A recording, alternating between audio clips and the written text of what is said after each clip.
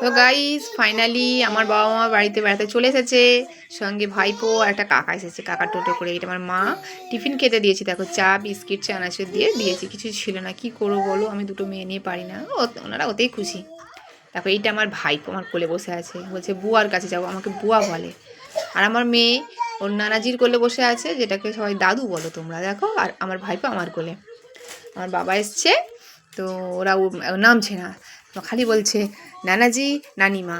দেখো খেতে দিয়েছি, দেখেছো তো, কিছুই নেই, চানাচুর বিস্কিট আর একটু মোয়া দুটো ছিল আর এদিকে। আর আমার মা যখনই আসে আমার জন্য সবজি আনে, সবজি মানে কিনেও আনে, আমার বাড়ির থেকে থাকে তো।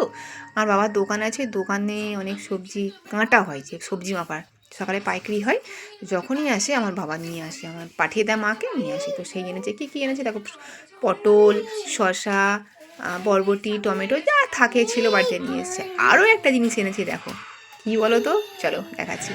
টিফিন বক্স আমার মা নিয়ে এসেছে। আমার হাজব্যান্ডের ফেভারিট কালার হচ্ছে ব্লু, তো সেই জন্য নিয়ে এসছে।